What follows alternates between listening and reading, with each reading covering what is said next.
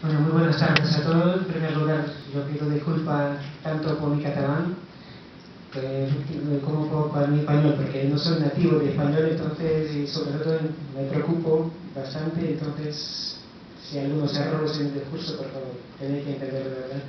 Bueno, para mí es un placer de verdad, el honor estar aquí en Barcelona, en esta ciudad tan bella, tan magnífica, es una perla de verdad del mar Mediterráneo, y yo lo digo así, ¿sabéis por qué?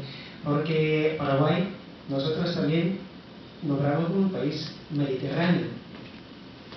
Esto es un poquito, pequeñas diferencias, ¿verdad? Porque aquí el mar Mediterráneo y Paraguay se encuentra entre otras tierras, por eso se llama país mediterráneo. Cuando en Paraguay se dice la comida mediterránea, no se dice de la comida catalana, no se dice de la comida valenciana, por ejemplo, no, ni de italiana, ni griega, se trata de la comida típica paraguaya que es de este país, ¿no?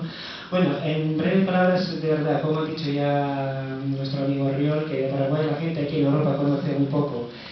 Por ejemplo, yo soy de Europa Oriental y si nosotros preguntamos a cualquier persona que es Paraguay, a lo mejor que la gente va a contestar que es un país que no tiene salida al mar, que tiene solamente ríos, que toma hierba mate sin saber que es tereré, en Paraguay se llama, ¿no? Y bueno, y casi nada más, que la gente de Europa Oriental, por ejemplo, incluso yo conozco a alguna gente de Europa Central, de Francia, también de Alemania, que no conocen ni la diferencia entre la lengua española de Paraguay, por ejemplo, la lengua española, bueno, aquí en la península ibérica.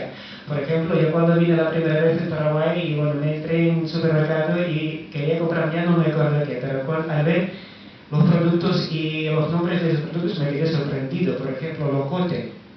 ¿Qué es locote? ¿Qué es pimienta? O digo, por ejemplo, en vez de